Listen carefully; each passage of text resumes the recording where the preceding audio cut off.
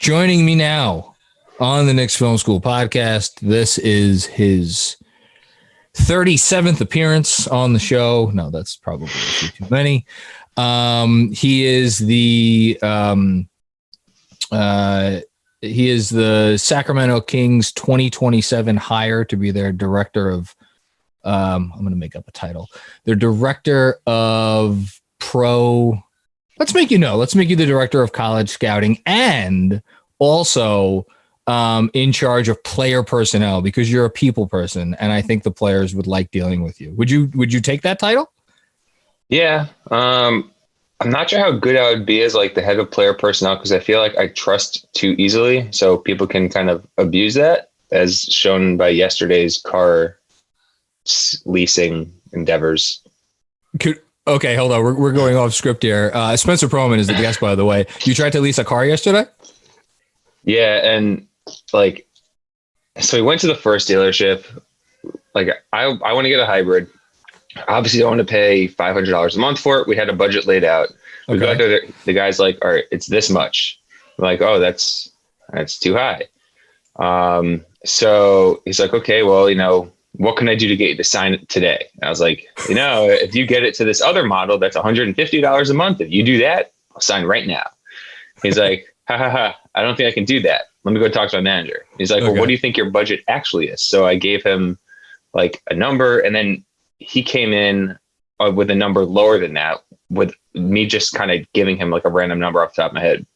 So my thinking is like, okay, that's, it's still a lot of money, but maybe that's the best deal you can get, which, obviously it's not, because car salesmen want, as much money as possible out of the lease. So then we went to the second guy. We went to a second dealer, and without us even like asking for him to like lower the price or anything, he just like chopped off like $70 just like off the bat. He's like, I can't really do this. But we can also cut the inception fees in half, and we could try that. So me thinking like, the way I'm thinking, I'm like, okay, the one's way less expensive than the other one. So if they can bring the hybrid down somewhat close to the other one, we just go with the hybrid. Okay. We didn't end up leasing either of them, but when I was talking with Ashley afterwards, my fiance, she said, I can be like not easily taken advantage of, but like, because I tend to take people at their word, car salesmen can feast on me pretty much. So I have three thoughts. One, your relationship sounds a lot like mine, because my wife doesn't really ever yell at me except when she hears me on the phone dealing with like a customer service person, or like anybody who like I'm supposed to be in the position to like be demanding and be like loud and angry about something. And that's just not newsflash. Why I didn't work out as a lawyer. That's not my personality. I hate negotiating. I'm just like, oh, you want to give me this thing? Okay. Yeah. Oh, wait, hold on. You want me to pay more? Okay. I could do it. So, I'm good at negotiating. I've never leased a car before, so I had no idea what I was doing. Well, you didn't realize that the second thing this reminds me of is my dad, for most of his life, was the general manager of a Lexus dealership. And like, I got to peer behind the scenes of like what, like these people could give away these things. Yep. But it's just, and the more of a pain in the ass you are, the more you will get. You did not realize that before this experience? Not before. Like, I knew that I had to be a little bit, that's aggressive. On you. But hold on. So then when we were done, I sent out an email to, because, Costco, you get the $500 off or whatever, $1,000 off, which it's a nice amount of change off, the price. Yeah. So, so I emailed a different one for the same exact model. Okay. The email back, and in the email, I basically said, we went to look at this, we went to look at another dealer selling the same car that you're selling or you're leasing, whatever. This is the price they gave us, with just completely just like out of the blue. He's like, this is what we can give you. Which was lower. Yeah, it was lower than the initial price. And then I was like, but there's another car that's a similar model that we also equally like. That's like a lot less. It's like $150 less. If you can get us close to that, we'll sign. If not, it's okay. And so now I'm waiting for a response. Well, Okay, a response to my response. But it yeah, sounds it's like much. you're getting the hang of it. It's a lot easier to do it over email than in person. The Knicks Hiding behind a screen and all. I mean, yeah. Well, no, I hate. So again, I really don't like person to person. I was about to say person to person interactions. I don't like person to person interactions. I really don't like it when I have to negotiate. The Knicks just sent out a Knicks picks, Frank Ntilikina, 2017, getting ready for draft week with a look back at where it all began. It's interesting that they choose to highlight this week. What was the third thing before we actually talk about what people are interested in? Oh yeah. I had always wondered how GMs can get taken advantage of in trades. And now I know, because you're going to be a GM someday, even though you're starting at whatever position I gave you with the Kings. And I just, this was really eye opening. That's all I did. But that's like a comfort zone for me. Cause I know basketball, I think, and I don't really think anyone can really take advantage of me there. So if anything, I just like keep pressing, be like, throw in a second round pick, throw in a second round pick. You keep saying, no, fine. Throw in a top 25 protected first round pick. Keep saying no. It's going to get lower and lower. I'm going to get a better deal in the end because I know you want it. So I would be a good GM. I just can't get car sales for shit. I really hope Leon Rose is taken after that. But I guess we should. Well, we're going to start right the fuck off. So this episode is just, we're going to go through the draft one final time. And I think it would be interesting. I'm most curious at this point, because there's been the difference between now and the other 18 times we've done this is now we've actually had rumors and ideas of who got, what teams are interested in guys. So I just want to go out, and I think I want to try to, me and you, get to as close as how this thing is actually going to play out on Wednesday as possible. And since you boasted yourself as such a great, I think was your words, maybe untouchable, maybe that was your word, NBA negotiator, you're on the clock on what time does Jeff start? 7:30, 8. You're on the clock. What's this? It's Garson Rosas, right? Yeah. Who am I going to be? All right. I am Mitch Kupchak, so I'm already at a disadvantage because I'm like 75 and stupid. All right. I'm going to give you 3. My offer is 3 and Miles Bridges. 3 and Miles Bridges for 1. If you say yes, you've just failed every future NBA. Yeah, no. I'd say I would want. What second round picks do they have this year? I'd want. You 32. know what I want. Everybody fucking knows what I want. Right. So, but I'm saying what I want. So yeah, I know. I'd want the 32nd pick in this year's draft also, and 32nd unprotected lotto pick next year, which you're going to say no to. All right. I will counter with. See, but here's the thing. What you don't know, and I don't think anyone knows, is everybody knows Wiseman is my 10, but does anybody know is Okongwu like my 9.8? Is he my 8.8? Is he my 7.5? Nobody knows that. 1 and 2. I don't think anybody really knows how I feel about Anthony Edwards. I don't think. We could assume because we've heard him talk, but nobody really knows.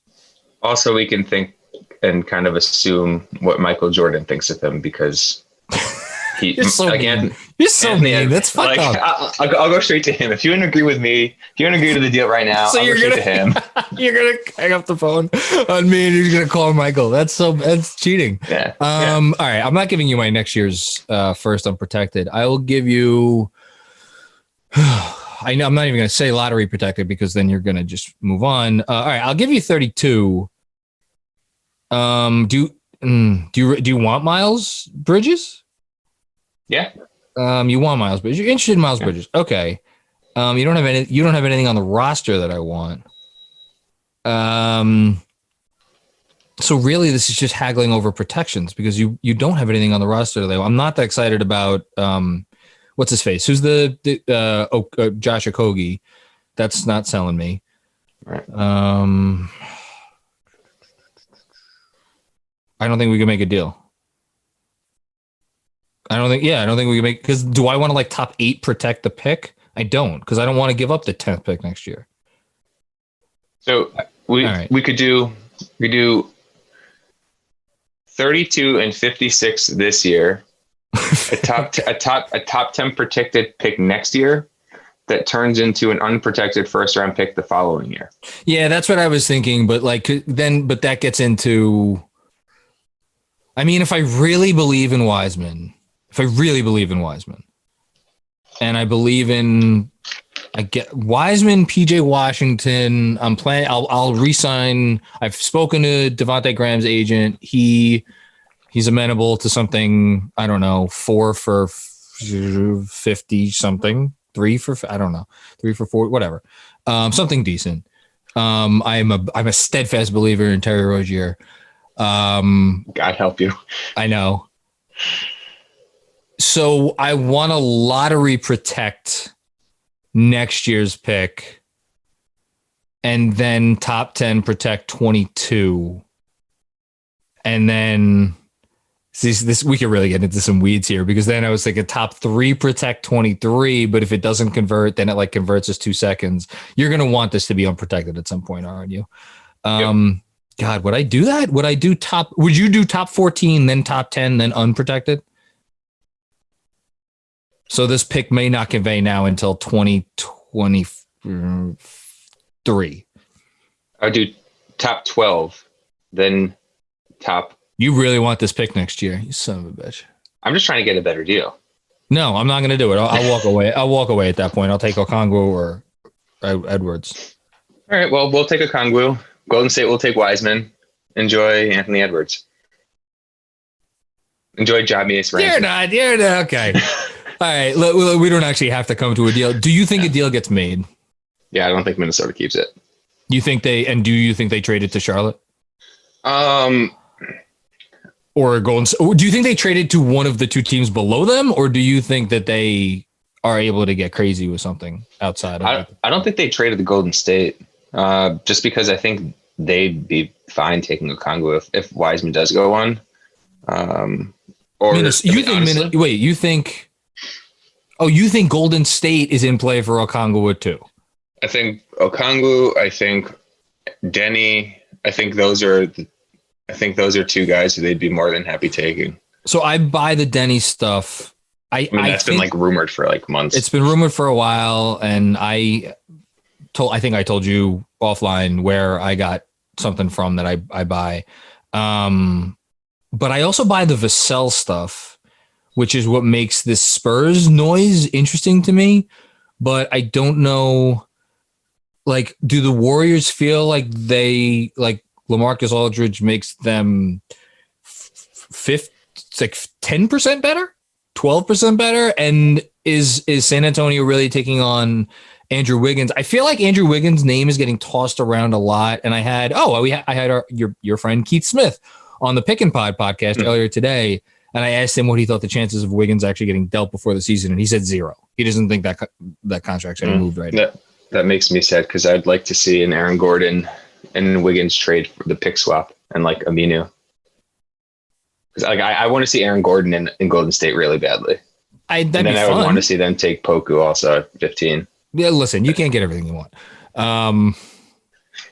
So let's assume that they're not going to trade Wiggins, which basically takes a San Antonio trade off the table, because Derek White's not getting it done. I wonder if Washington could be a low key place to swap with Golden State. Yeah. And what, give up like next year's unprotected first? I don't know if they'd give up the unprotected first, but like maybe if they could find a way to include Beal, if Beal really says that he wants out. Come on, we know that's not gonna happen. Rui's not enough. I don't even think Golden State would want Rui. Maybe they do. I shouldn't say. I don't think they would. All right. We got to make the clock has run out. You think there's going to be a trade? Yeah, I just because I don't think any of the prospects aside from Denny really fits with them. With who? With Minnesota. I don't think Minnesota has. You don't buy the Obi. You don't buy the Obi noise. Oh God, no. I'm just asking. Listen. No, like just the thought of having D'Angelo Russell, Cat, and Obi playing defense together. They'd score points. Yeah, Score a lot of points. They definitely would. And then you could double down. You could get another scorer at 17. Have that happen. Who would be the ultimate, like, we really don't give any fucks about defense this year guy who might actually be there at 17 that plays a position of need? Tyrell Terry. Then you move D'Angelo Russell to the 2. Wow. Yes. Tyrell Terry, D'Angelo Russell, Obi Toppin, Cat, and then Okogie's looking around like, what am I? Yeah. Or Okogie. Yeah. That'd be fun. Yeah, that'd be. They hit the over on every over. It'd be. Oh well, yeah, that'd be an easy bet. All right, so they make a trade with someone. Wiseman goes 1. I think we could agree on that. Yeah. Well, obviously, so then is Golden State. But Golden State, we don't think Golden State trades up because Golden State's smart, and they're not going to do that. So then Golden State tries to trade down. And if they don't, there's no way they take Ball. No, I'm kind of actually wondering. So we also have the rumors that Atlanta is either trying to trade for Drew, but then I think there was the Schlenk liking Anthony Edwards rumor from a few months back, or he was interested in moving up. I think that happened. So I mean, I guess. I don't know. Like I could see another trade down either to. Like the most confusing thing to me about this entire top of the draft, because I could see, like, you're telling me teams are really legitimately down with Obi Toppin, fine. Denny Avdija, fine. I totally buy it. LaMelo Ball, you want to tell me all the nonsense the last few weeks has been a smokescreen? I buy it 100%. You want to tell me teams are climbing over themselves to get James Wiseman? I believe it. Who believes that Anthony Edwards is an answer? I don't even care what the question is. Who believes that he is an answer? Who's talking themselves into that? Is it Carnoso? I was about to say, you're saying Charlotte. I'm No. I'm saying, I mean, Charlotte, yes, but also Atlanta. Like Travis Schlenk, just because the idea of pairing another true perimeter scorer next to Trey, so you could play Trey off ball a little bit. I mean, you have obviously they have the Georgia thing. It fits. What are they giving? So they're going to now move up, you're saying? Yeah, I mean, that's the thing. I don't know what they would give up. Unless they just call everyone's bluff and sit there at 6 and see if. So I mean, like that's what I would do. Because worst case scenario, they just pick, a Halliburton who also kind of like he does fit there, or they could pick Killian and he would fit there. They could pick Vassell and have another wing on the team, so they have like 8. Do you think Okongwu actually goes at the top of this draft? I think he's going in the top half of the lotto. I do. So you think he's going to be gone before the Knicks pick? Whether it's someone trading in to get him or whatever, you think he's going top 7? Yeah, I mean, if I actually had to put money on it, I'd probably say top 9 because I don't think Washington would let him slip by him. No, we know Washington's not letting him slip by him. Yeah, but like the Knicks wouldn't pick him, I don't think. I really think it's going to be the top 7. And I think what makes Detroit the most interesting place is that if Killian's gone and if they're picking between Kyra and Okongwu, they can make an easy argument either way. You think Killian really goes before 7? I'm maybe again. Maybe I think there's a good chance. I think there's a good chance, because I did the Bulls podcast a couple weeks back. That's the team I was going to ask you about, and they said there's legit interest there with Killian. I'm basically the only team that would pick him before 7. Well, yeah, sure, he could go 4, 6. He's not going. The Cavs aren't going to pick him, and I'd be shocked if the Hawks pick him. I mean, that's the thing, though. You could see the Hawks pick. I could see the Hawks picking because, again, you could have a similar argument with. You could have a similar thought processing with Okongwu, though. Obviously, not Okongwu, with with Ant as he could with Killian, except for Killian provides more passing, better defense. Ant's the more explosive scorer. But either way, you have somebody who can play with Trey off ball. Yes, but it's a lot easier to sell with Anthony Edwards than it is with Killian. Yep. For reasons that we don't need to talk about. Man, so the chalk for me. The reason we're talking about the top 7 so much before we're getting to the Knicks is because I feel at this point, and Spencer, you hear a bunch of stuff that you're not really at liberty to share, but you're at liberty to imply. Is I feel like there's a chalk 6 with Ball, Wiseman, Edwards, Avdija, Toppin, and Halliburton.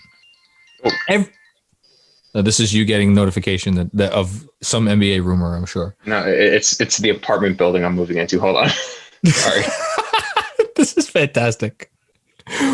Actually, you know what I'm going to do? I'm going to use this opportunity to talk about exceptional podcasting. I'm going to use this opportunity to remind everybody about our good friends. You know who I'm talking about at MyBookie.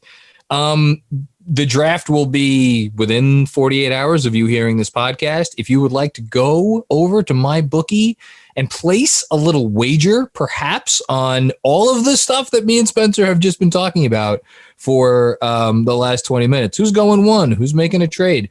MyBookie has all of those prop bets and more that you can go place a bet on right now.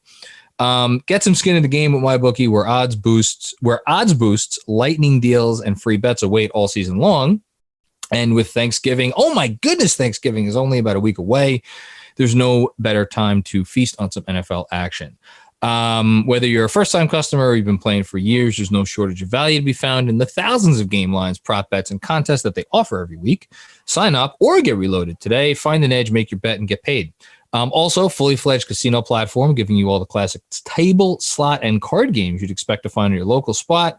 And the best part is, of course, MyBookie never closes. They're not kicking you out when you have one too many. Make the right play. Sign up today at MyBookie. And when you do, use promo code, here we go, overtime, to get your deposit matched halfway, all the way up to $1,000. The terms are simple. You put in $200, they'll match you with another $100 in your account. If you were already planning on betting this season, this is free money. What's better than free money? I don't know. Maybe negotiating with Mitch Kupchak or Steve Mills. One more time, it's overtime, OVERTIME. That's the promo code. It's winning season at MyBookie. So come join in, all the fun, and win some cash while you are at it. Was that a good news phone call? I mean, if we know somebody by this name, then we somehow got a gift sent to us before anyone knows our apartment number. So, okay, then. I just asked Ashley if she knows the name. Well, I mean, gifts I like gifts. So that perfect timing as we transitioned into the Knicks. Oh yeah, that's what I was saying. I get the impression that there's a chalk top 6. So the big 3, and then Denny, Obi, and Hallie, which somebody yelled at me on Twitter the other day because they're like, stop calling him Hallie. I don't like that you call him Hallie. I'm like, really want me to type out Halliburton every time? I feel like one of those guys is going to fall because I feel like this draft of all drafts is not the draft that's going to go chalk. Yeah. I mean, this is the draft. I think you just kind of see people taken by the team that wants them. So like, I honestly do think there are going to be a bunch of trades, but I also think that there are probably going to be some players picked before we actually think they're going to, and players who might fall just because, someone might be a little bit safer and they might fit a little bit better. Do you think that there's a legit shocker somewhere in, like, I don't know, whatever? Let's say top 7, because we're talking to Knicks podcast. Do you think that there's a legit shocker that and I'm not like Patrick Williams is not a shocker. Okongwu is not a shocker. Or Okoro is not a shocker. Hayes is not a shocker. I guess shocker category for me, if Vassell went top 7, I'd be really surprised. And and the other one, of course, and he's probably the guy I want to talk about the most is Kyra. Yeah.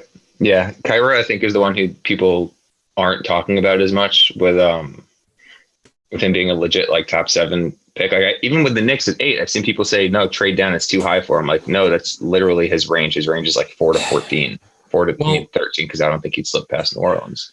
So I think I've had a lot of like my biggest question about the Knicks draft, like biggest questions, but I think my biggest question now that we are here and going into the draft is, are they like, I think Kyra is, my inclination is that Kyra's their guy. They want Kyra, but I'm trying to figure out how much of that has to do with the fact that they feel like they can move down and still get him, which is silly, right? Because if they trade down, like other than trading down one spot, because you know what's going to happen, which I don't know, I wouldn't rule out a trade with Washington.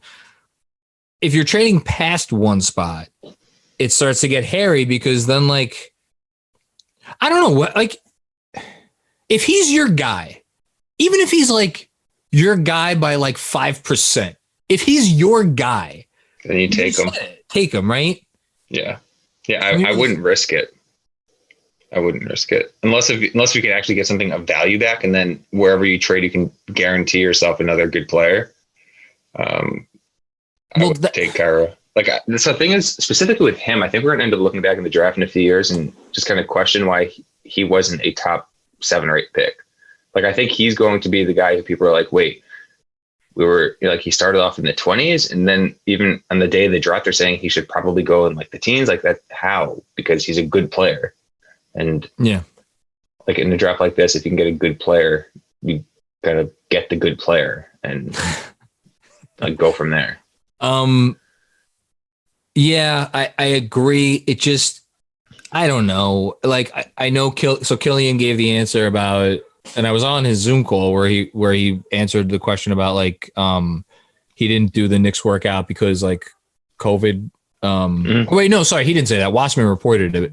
He was, I don't know, just the teams that he was like talking about that were interested in him. He was like, it was very clear that the Knicks, unless he was like told to hide it, which I don't know, maybe he was. I'm not buying that the Knicks are like all out, like Killian's our guy. Maybe it is, and I'm not buying it. Because I feel like we would, what? Well, I'll let you finish what you're going to say. No, I feel like we would know that. That's all. So that's the thing. I don't think we necessarily would know that. Because think about how little has actually leaked, aside from the whole Thibodeau and like the rumors going from there. But we had no idea who they were hiring before. Yeah. The rumors with like who they've worked out, who they've interviewed, I think have been pretty close to the chest. And of course, we all know what happened with Utah and Donovan Mitchell, and how the guys were specifically told to not say a word. So that's true. I kind of think if they do like somebody, then anything that we hear saying that isn't coming from the Knicks, which means it could be a smokescreen, it could not be a smokescreen, but I think we can't say something's not happening just because there haven't been any talks or rumors or whatever. Yeah. No, that makes sense. My gut feeling is that Kyra's their guy, because I think the whole, like, it's been such a big, so like there's been the whole New York press tour in which he's given interviews to the Post, the Daily News, the Athletic, Ian Begley with SNY. He's given interviews to all those people. I do not think he is doing that with other cities. Maybe I've missed it, but I feel like I'm pretty good with like looking and seeing what prospects are saying what to whom. His agent, who is also, by the way, the agent for Kevin Knox and Jared Harper, both of whom are currently employed by the New York Knicks. And Victor Oladipo. But can we just listen? Can we get conspiracy theory for a second? Aaron Turner, who's the agent for all these guys. So Oladipo, the story came out, which I 100% believe, that he was basically courting himself to other teams this season. For people who are not watching, because we're going to put this up on the YouTube channel, so people are going to be able to see us. But for people who are just listening on the podcast, Spencer is laughing right now. I buy that, and then they've done this little song and dance since then about Victor Oladipo's committed to winning a championship in Indiana. Okay, Aaron Turner was quoted after that story came out saying like, basically saying like, and look at the teams that he allegedly said that he wanted to go play for.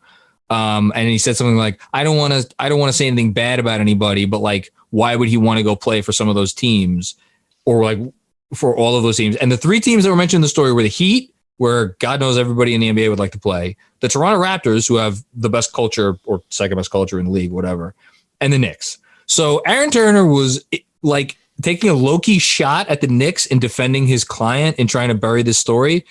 Maybe he has such a good relationship with New York that he knows he could do that and get away with it. I don't know. It was easy for me to read between the lines, and I'm sure it was easy for anybody else who wanted to. So that's out there.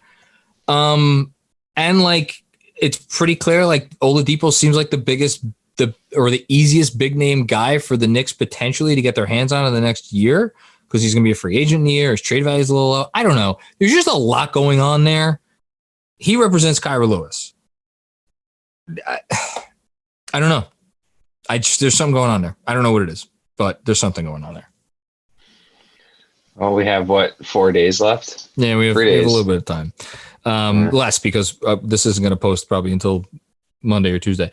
All right. One other guy I want to ask you about. Mm-hmm. Oh, I also think Okoro. Yeah. I would think ESP, baby. ESP. We've been doing too many of them. Yeah. I really think he's also in consideration. This isn't based on anything aside from just the type of player that Thibodeau likes. Defense, like a really hard worker, somebody who's going to actually play on both ends of the court. And I know people have thrown out the Jimmy Butler comparisons in the past, and frankly, I think they're both fair and unfair. Fair because stylistically, there definitely are similarities. Unfair because Butler's growth from year 1 to like 3 was absurd, and then from year 3 on was just like consistent. He just kept getting better and better. So expecting anybody to reach that level is unfair. Yeah, but I do think Thibodeau could look at Okoro and be like, "That's someone who I can mold. That's somebody who I want on my team." So I have been approaching this draft for a while now with the one thing that I've heard about the Knicks' priority that I believe wholeheartedly, which is that they are about playmaking and they are about shooting with this draft. Not necessarily with their first pick, but just with this draft. They know they need to get more playmaking and more shooting. You could have the playmaking argument, obviously, with Okoro, because we've talked about those flashes before and they're very real. The shooting is a different conversation because but as his assistant coach in college pointed out to me on this podcast, he did not shoot threes full stop in high school. So like he went from nothing to 28% in a year, which is like, that's a good sign, right? Yeah. And it's not like he doesn't have good touch. It's not like he has bad footwork.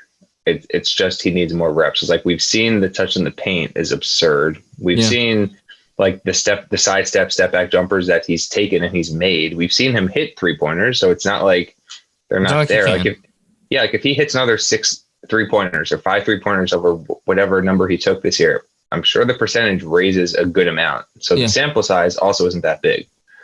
And plus, like having somebody whose only weakness is shooting is a good thing, is a good type of player to bank on, because unless if the form is, Michael Kidd-Gilchrist and just weird and, not fixable, chances are he'll become at least a decent 3-point shooter to where you have to respect them. And that's the key. And that leads me to the other part of it is what kind of kid are we talking about? And the other thing that I've started to really internalize with this pick in particular for the Knicks is I think more than anything, Leon Rose feels like he can't fuck it up. He can't get, no offense. I love Frank. You love Frank. We both love Frank. Knicks Nation loves Frank. We can't be sitting here 3 years and having the Frank Ntilikina conversation about whoever they take with the 8th pick in this draft. Mm-hmm. Or the Kevin Knox conversation in whatever. That can't happen. Stop smirking at Kevin. Kevin Knox never did anything to you. Kevin Knox never did a blessed thing to you. Could have been Mikhail. That's all I'll say. I know. Okay, so Okoro, and talk about me reading way too much into a 15-minute Zoom interview, but like I sat and watched that kid answer questions this week. He is like, that kid's not going to miss. I don't know what he's going to be at the next level, but he's going to help. He's going to help teams win for a long time. I would be utterly shocked if he isn't. And I know you think the same thing. He's too hard of a worker. Yeah. Like that's just kind of what it comes down to. He's like too smart of a player. He's basically too smart, too hard of a worker, too high energy, I already said smart. He's too well-rounded. That was gonna be the last thing to fail. That's kind of like what I think is worst case scenario. He'll end up being some sort of back end of the career, like Andre Iguodala, maybe. Like post prime Iggy would maybe worse shooting if the shooting never comes, which is still a really good player, just not like an all-star. Which again, I think it's less. I think this pick is less about trying to find the all-star and more about, again, find what I said before, finding the guy that is going to hit. Like it's not a miss, which is why, again, I have my doubts about Hayes, and I know you listen. He's 2 on my board. He's 2 on your board. I'm not trying to diminish Killian Hayes, but I just in my gut, I feel like there is a world where he misses and Okoro hits. I think Okoro is much safer. And it's not even like Killian's a risky player. Like he's skilled. It's just Okoro is more. But we've seen skilled guys fail in the NBA for, again, myriad reasons. We don't need to go. We've done deep dives on Killian, and maybe he has enough of what it takes to not fail. I don't, that's a conversation. But I feel also the same thing about Kyra, except I feel like Okoro's ceiling is higher than Kyra's ceiling. Yeah. I think so. My board is completely like screwed up at the moment. I still have LaMelo at 1, but now my 2 through like the difference between 1 and 2. So like LaMelo and Killian and the rest of the guys in the tier are so small. Like LaMelo, I would still have above Kyra, but the difference between Kyra and Killian is non-existent pretty much. And I would have Okoro above both, but yet I still wouldn't say that I still think the gap between LaMelo and Okoro is bigger than the gap between LaMelo and Killian, even though, like I don't know how to explain it. No, I hear you. Listen, we've had the LaMelo Ball discussion before. We both agree what his ceiling is, if it all goes right. Which I can't wait. I'm looking forward to his media availability next week, which has already been delayed once. I'm curious if it actually happens. I just want to see that kid talk, and whatever. Yeah. All right. We've talked a lot about the top of the draft. Vassell, I think it would surprise us both if he snuck in somewhere in the top. Nesmith, we've never really talked about Nesmith. Nesmith has his fans in the Knicks fan base.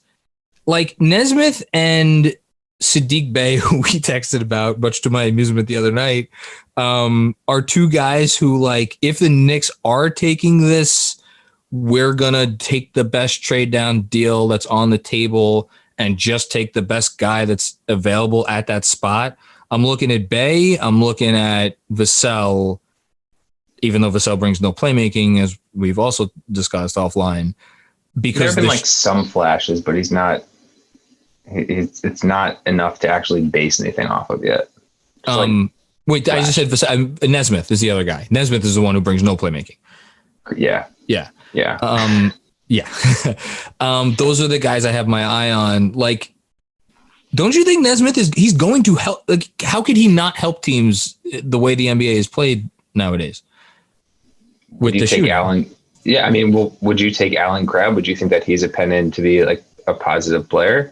But is Allen Crabbe so you think that is Nesmith's likely equivalent as a shooter in the pros?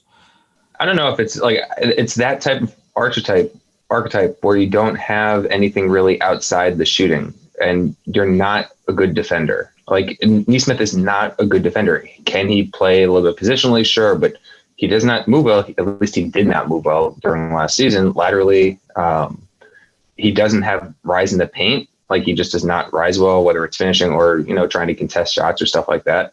And Crabbe is incredibly one-dimensional also. So it would just really come down to how much of a better shooter is Neesmith. Neesmith, he's not 50% like he was at Vanderbilt this past year. But it's the small sample size, we should also say. Small sample size, 14. I mean, but he took like 130 something threes or 120. So it's like, it's decent from that side. But a lot of it was also against bad competition. Fair. Okay. Yeah. Out of those three, I had Neesmith third. And I know you'd have Vassell first. So that means you'd have Bay second. Yeah. Okay. Okay. Like Bay has his own issues, but at least with that, you're getting some passing. You're actually getting someone who, like, he was a good defender last year. He's coming from Jay Wright, who I would trust with like my soul. And he can definitely shoot the ball. He's not the movement shooter that Neesmith is, but he's much better off the bounce. Okay. Stronger in the paint. I was listening to your Final Score pod with Andrew, and you mentioned Tom Izzo as is he your, like, who's your number one coach you would trust with your soul? Is it Izzo or is it Jay Wright? I'd probably give. Who are you sending your son to one day? Your number one ranked 16-year-old son, 20 some odd years from now. What college are you sending him to? Assuming these two men are still coaching. Which is the better school? That's a good. There you go. Yeah. In case Ashley's listening. Yeah. Which is the better school, Villanova or Michigan State? I should probably know that, but not like. I have no idea. I don't know. I don't either. I've never looked that up, but neither have I. I don't know. Like, I love both coaches. Okay, but they're up there. They're like up both of them. They're my two favorite. Yeah, okay. Yeah. Like, they're my two favorite college coaches. And Stackhouse. Well, but you're a Vandy guy, so you can't. That's not really saying much. All right, let's keep moving down the draft board. Josh Green is another name that I feel like has now been bandied about as, like, he's going to be gone before 27. Is he what is he profile? Is he a 3-and-D guy? Yep. But yeah, the shot has to come, but he's going to be a really good defender. I was about to say, if he falls to 27, or if the Knicks give up, like, because now they have who knows what other trades they're going to make, whatever. If they give up something that I don't mind giving up to move up to get him, should I be excited? Yeah, I mean, it depends who else is on the board, but like, fair. Yeah, like, if they pick him, you can't not be happy unless if there was somebody who's clearly better than him above. Okay, that's what I mean. Yeah, he's a really good on-ball defender, off-ball defender. He's not a good finisher, but he's another guy who's, in some ways, he's like a lesser Okoro, in that he provides similar playmaking, similar strengths on ball and off ball. He's a better athlete than Okoro, moving side to side. Yeah. Yeah, he's got some, like, the quickest hips I've, like, seen. Like, his hip flips are, like, nutty. So is it just, it's the finishing that's the biggest? And I'm assuming there's no shot creation ceiling here, right? Yeah, there were less, way fewer on ball, like, off the bounce scoring opportunities and flashes that he had than Okoro had. The passing isn't as good as Okoro's, but it's still good in his own right. He's strong. I don't think he's as strong as Okoro. But yeah, finishing was bad. Well, and finishing doesn't really improve. But we won't talk about that because of things. You know what I'm thinking.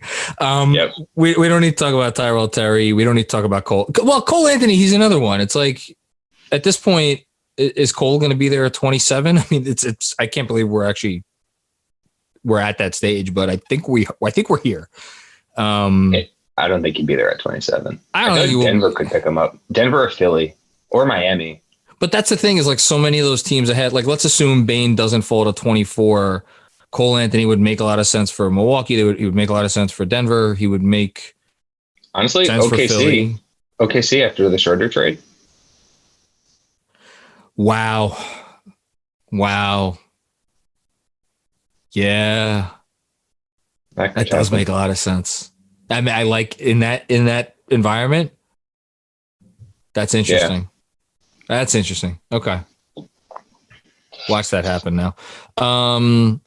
Okay. Desmond, we don't need to talk about Des. Des is going to be gone. I hope so. Which is going I to hope he goes top 10.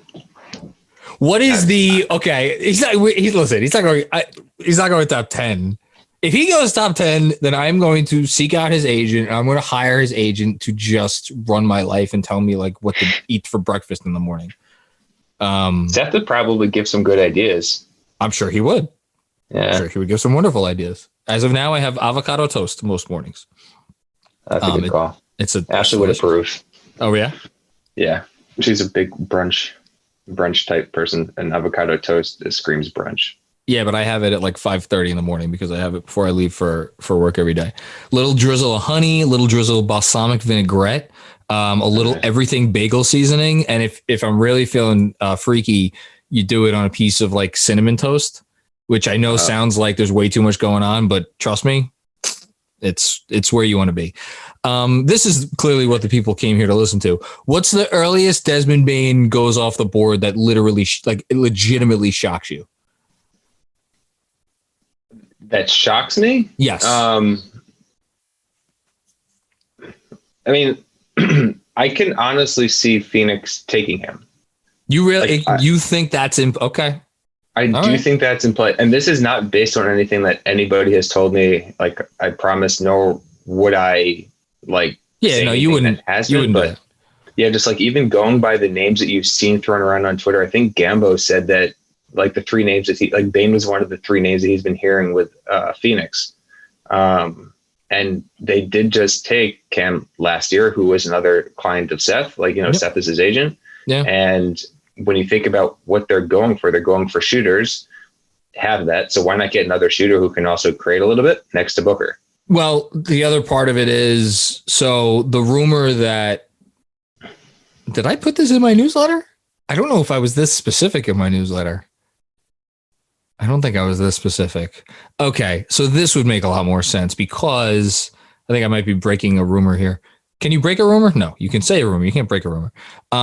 I had mentioned that Dallas and the Clippers were the other two teams that I had heard talked about in a possible Chris Paul trade. It would be like a 4-way deal. And again, who the hell knows if that's dead on the vine or was ever a real thing? Maybe it was something that was made up and got to me. I don't think so. But anyway, Phoenix would be giving up 10 and they'd be getting Dallas's 18, which would be more in line with where you would expect Des to go. Yeah. So that would be interesting if they actually did that. All right. I don't want to keep you for too much longer. A couple other things I want to hit on is you think Malachi, I'm just going to read off some names. You think there's a chance that they're at 27, given what we've been hearing? Malachi, or you think he's gone? I think he's gone. You think he's gone? What's going on with Maladon? Maladon might be there. Yeah, he might be there. He's another guy. Like, I could see Boston taking him actually at 26 and then asking him if he could stay overseas or if they could put him in the G League for a year. Do I want Theo Maladon, New York Knick, to be a thing that happens? I wouldn't. Like, I think he can be a fine backup point guard, but okay. Like some people have the idea that he's like a really good defender. He's not a good defender on ball or off ball. Like, he does a nice job using his length on ball, but off ball. I love how you're unequivocal in these things. I should probably stop. Please don't ever change. Please don't ever change ever. He needs a lot of development, I think, on defense and offense. Like, he's a good shooter. He's a good passer, but his reads on offense, it's very methodical. He doesn't just play what's in front of him. It's like he knows what his reads are, and that's kind of it. He's not very creative in what he does. Maybe the better question is, like, what was the ceiling that people were seeing when he was bandied about as a top, like, whatever it was, 6, 7, 8 pick a year and a half ago? They wanted more development, I think, with his style, like how he'd play more free flowing. Okay. I'm assuming that's probably what it is, because it's not like he lacks skill. Like, he doesn't lack skill. Like, he's a really good finisher in the paint. Also, he can shoot a little bit. They started playing him off ball a little bit more, so he's running off some screens.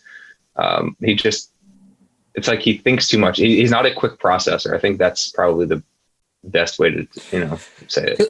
I'm just trying to think if they don't go point guard with the first pick, which is always a possibility. Like he's a name. Him, Malachi Flynn, obviously, is another one. Those are the two. I don't see them. Although I heard. Tell me how crazy this would be. What's his name? Oh yeah, Peyton Pritchard. That feels very high for Peyton Pritchard, right? I wouldn't take him in the first 35 picks. He's the way I like to describe him, at least stylistically. I think he's similar to Trey Burke. And do you want Trey Burke on your team? Sure. Do you want Trey Burke on your team in any significant role? Probably not. Probably not. Yeah. Okay. Okay. That was just the other name I had heard. Okay. Like 3 or 4 more, and then we get you out of here. Isaiah Stewart has been talked about a lot of late. Former top 5 recruit, I think 5, 6 recruit, whatever he was. He was one of the high ones. Yeah. He was one of the high ones, along with someone else I want to ask you about. So we can just talk about both of these guys actually right now. Oh my God, there, Vernon Carey Jr. They're big guys who do big guy things. Of those 2 guys, do you have a preference, or is it a strong preference, or are you just like whatever? I'd probably prefer Stewart a little bit more. Excuse me. His motor runs higher. I like that. I like high motor. His motor runs higher than Vernon Carey. I think he's a better defender. I think he moves better. He's big. He's very thick. But he moves pretty well for someone his size. Okay. And just kind of the role in which they'd be in, it would be the first big off the bench probably. And when I think of that role, I think of probably somebody you're going to want to be more of an energy, just go all out type of guy. And Vernon, I don't think does that. He's more skilled, he can shoot better now, though I think Stewart's going to shoot. Couldn't Vernon Carey just if you wanted to just, I don't know what a traditional scheme is anymore in the year of our Lord 2020, but is there any reason Vernon Carey can't be a starting center in the league for the certain type of team? He's not a good defender. I think that's. But he's big. He's he's a mammoth human being. In what way though? Because it's not like he plays physically. So whether it's setting. How does a guy you would know because I haven't watched a whole lot of Duke. But a guy that big doesn't play physically. At least doing the little things. He'll bang with you in the post trying to get position, but when it comes to actually setting screens, he does not make any contact whatsoever. To be fair, Stewart doesn't either. Actually, pretty much no big in this draft besides Tillman. Tillman as a Azubuike set really good screens. Najee sets good screens. Well, Zeke Najee's another guy. I would bet a not insignificant sum of money that they're going to take a big with one of these. If they keep 27 and 38, I think they're going to take a big with one of the picks. And I kind of think they're going to take a big with 27. I have a funny feeling. That's probably a really good place to pick one because you could take Paul Reed, who is a really good defensive playmaker, but he needs some work with actually being on top of everything and with IQ, because he'll make a really good read, then he'll make a really bad one. So just need some consistency there. And if the shot comes, he's a really good ball handler. He's a good ball handler for his size, who can actually drive from the perimeter with his left hand, finish with his left hand with weird angles and stuff like that. Okay. So he's skilled. You could pick Carey, who's, he's an offensive minded player. So you at least know what you're getting there. You get Stewart, who probably has more two-way potential. Najee, you mentioned. Yeah, Najee, I really like. Tillman. Azubuike. Yeah. Well, I think Azubuike somehow winds up in Utah. I just think that's going to happen. There's a conspiracy theory going on in my head that Utah will pick him. Then 25 games into the season, they're going to trade Rudy to Boston for whatever, and then they're going to run with Azubuike as the starting center. That's probably not going to happen. They give it a less than 0.5% chance of happening. But when I think about it, it kind of makes sense because they'd be paying a starting center a very low salary rather than having to re-up Rudy. and then the discord between, or the distrust, whatever, between Mitchell and Rudy, that's going to be gone. You could potentially pick up Jaylen Brown and a pick or something. You've given a lot of thought to this conspiracy theory. I am impressed. Yep. Listen, you can't do it on draft night either. Otherwise, they're going to say. Otherwise, other fans are going to be like, "Oh, this is stupid. Why do we just trade an All NBA center?" So if you give 20 games into the season, you give some film that actually show Azubuike can be pretty good in our scheme. There you go. I mean, the Rudy thing is one of the most fascinating situations in the NBA. The only game I've watched of Azubuike this year was when Kansas played Dayton, and I came away again, it was one game. But I paid attention to him that whole game because I was paying attention to Toppin the whole game, and they were often in the same vicinity. And I came away really impressed. I'm like, that dude's an NBA center. I don't know if he's what he is, starting whatever, but that dude's an NBA player. The rim runner who protects the rim. He's massive. He sets. Oh my God, talk about a brick shit house. I don't know who's bigger, him or Carey, but they're. Oh, I think Azubuike's more cut, especially now. Carey's lost some weight. I mean, Azubuike's not. Yeah, there was a picture I saw a couple of days ago. He looked not skinny, but he looked thinner than he looked at Duke. And Azubuike came in a couple of years ago, or when he got to Kansas, he was big, and he was 280, 285. Second year, also that same size.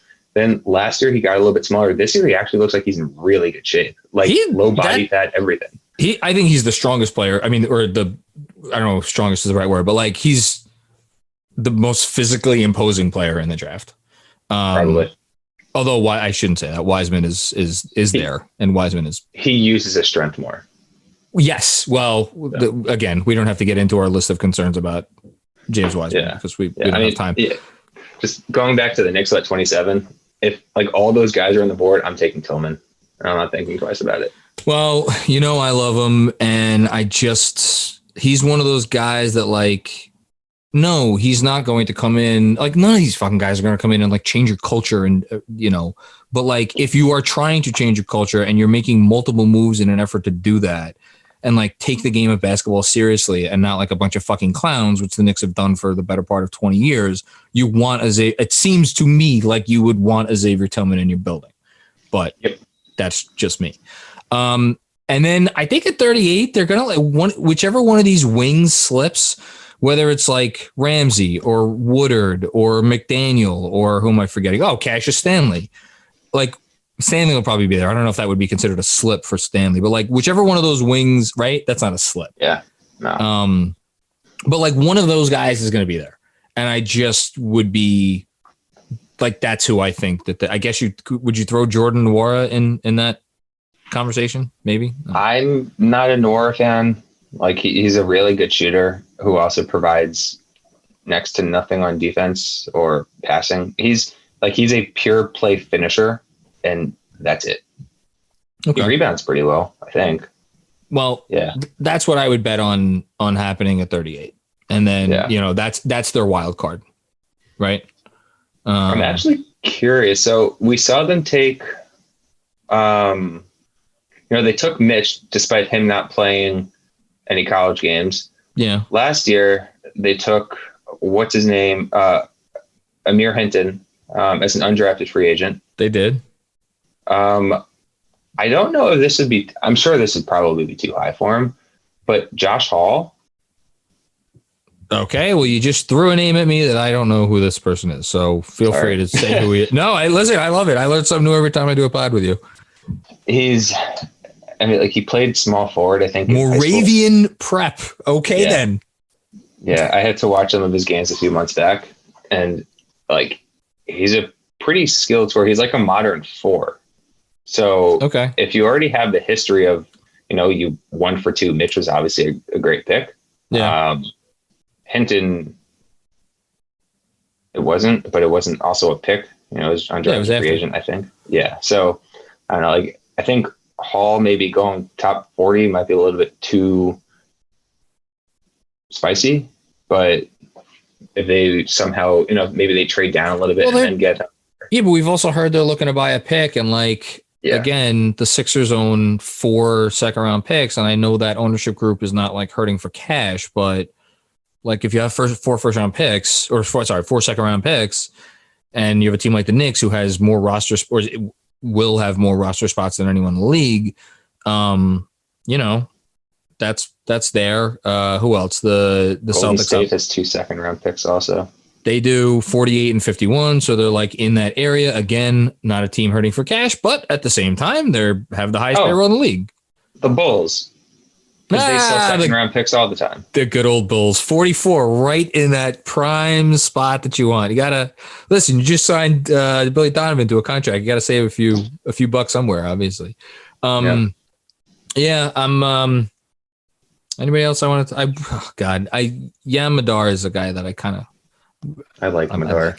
I like. I'm still convinced that if he had played in the NCAA this year, he would have been considered in like the running for a first-round pick. I don't know why he's not. I think he's good from what I've seen. Yeah, there's no reason why. Also, I've given him a shout out, and I think each like the last 4 podcasts I've done, except for this one, Sam Merrill will be a good rotation player. Shooter. Good shooter. He's a shooter who can pass. He's physical. He's also 24 and a half, so he's old. But in the second round, who cares? You're going to have him for the next 3 years, up to like 7 or so, 8 years. So if you're going to have somebody literally right through his prime, that's perfect. I mean, some of these second round, like there's some interesting names, like even like Marcus Howard. Yeah. Like again, he's my height, but the dude, what did he put up? Like 28 a game last year or something? Some crazy number. Yeah, he's another one of those awesome shooters. Yeah, he's a great shooter. It's like that dude, like, I don't know. Jay Scrubb, we haven't talked about. When we texted about Emmanuel Quickley is another name that's like on the tips of tongues of Knicks fans. This is gonna be fun, man. I'm really excited. I'm ready. You've been ready for months. Any last thoughts before we get out of here? This is it. No more draft podcasts. This is it. The last one. I'm disappointed that the 2021 draft season won't be as long as this one was. I'm not. Oh, it would be so much more fun, though. I know. Like, it's a long season for draft and watching guys' games over and over again, but at least next year's draft will be. I mean, really the good news is that if we're sitting here 2 weeks from now and the Knicks did not trade for Chris Paul and the Knicks did not trade for Russell Westbrook and the Knicks did not sign, well, actually, I don't even think it matters that they signed Van Vliet. But whatever, let's assume they don't do that. Like we're it's going to be like, let's talk about the top 10 guys in the draft because they're going to have a top 10 pick at worst, you know, which is it's kind of nice. Because unlike 2 years ago when it was like rubbing our lucky 4-leaf clovers together in the hopes of Zion, this is actually going to be a fucking conversation where we get to be like, hey, look at all of these guys who are fun. Like, Cade is the first. Unless if something drastic happens with respect to him being nowhere near as good as anyone thinks and everyone being better than we think, I think Cade will be number one on everyone's board. And if, by the end of next year, but then like after that, you're going to have the 3 Jalen's. You have like Garuba from overseas. You have Prokachin from overseas. You have Josh Giddey playing in Australia. He's probably not going to be a top 10 pick, but who knows? He had a good first game. You have BJ Boston, Jonathan Kuminga, like all the G League guys. You have Moses Moody, although he's probably not a top 10 pick either. Just so many guys. It's going to be fun. There's going to be a really big tier 2. After Cade. Yeah, it's Cade tier. It's like Luka's tier. And then everybody else. It's Cade's tier, and then everyone else. I don't have the energy to go through another season where it's essentially flip a coin 3 times and hope you hit heads all 3. Like those are the odds. Yeah, and I still don't think people fully grasp that, but whatever. All right, Spencer, I owe you. I don't know how many beers I owe you at this point. Are you drinking more yet, or you're still like laying off the sauce? I had the last beer I had was. This is going to be so depressing. This is going to be so depressing. When is the last beer? 2 months ago. It was like 2 months ago when I texted you. Christ. What is? Can I tell you an absolutely true story? Yeah. So I haven't been sleeping very well because I ever since the Russ news rumor came out, I haven't slept well for obvious reasons. So I got up this morning, Sunday morning. It's I think I was up at 5:45, 5:40 maybe. And I'm like, it's too cold to go for a run right now. I'm going to go food shopping. So I went and I got to the supermarket at like 6:10. I did all my food shopping and I like was looking at the beer selection and I'm like, do I want to get a variety pack or do I just want to go straight stout because it's wintertime and I love stouts. And then I got to the cash register at about 10 minutes to 7. And the woman looked at me and I felt so bad for her that she had to do this. She's like, I'm sorry, sir. We're not allowed to sell alcohol before 8 a.m. And I felt like such a degenerate. And I was like, I'm so sorry. I have the date. Know the date that you last had beer. My God. Yep. I know the date that I last had beer too. It was yesterday. 9/28. September 28th. Yep, 9/28. I texted you tonight. I have a beer. It was either that. Yeah, no, it was definitely 9/28. I mean, will you have a beer on draft night at least? Yeah, I'll have something. I'll have some alcohol on draft night. Yeah. Thank God for that. I'm going to promote you. If you are not following Spencer on Twitter, what are you doing with your life? Seriously, if you've been like holding off on following Spencer because you're like, I can't deal with draft stuff before the draft, like this is the year to do it because as we just talked about, this is going to be quite the draft. And you could find him at SK Pearlman, Pearlman. And all of your scouting reports are still up on Stepien, which are awesome if you want to get any last minute homework in before the draft. Did I miss anything? You're on like a billion podcasts now. I can't even keep up with you. Oh, you're SNY TV. Yeah. So for everybody listening, that stuff we filmed like during last winter. So like this is in like, it's like February or January or something like that. So we're standing within 6 feet because this is before COVID became a thing in the US, and somehow 8 months after it came to the US, people are still being stupid, but that's for another time. Yeah. Wear a mask, folks. Don't be an idiot. Yes, please wear a mask. Please wear a mask. And of course, thank you for listening to another episode of the Knicks Film School Podcast. I should probably be able to get the name of my podcast out. We will be back with you with another episode. I'm guessing I'm going to record something the night of the draft. So I will talk to you then.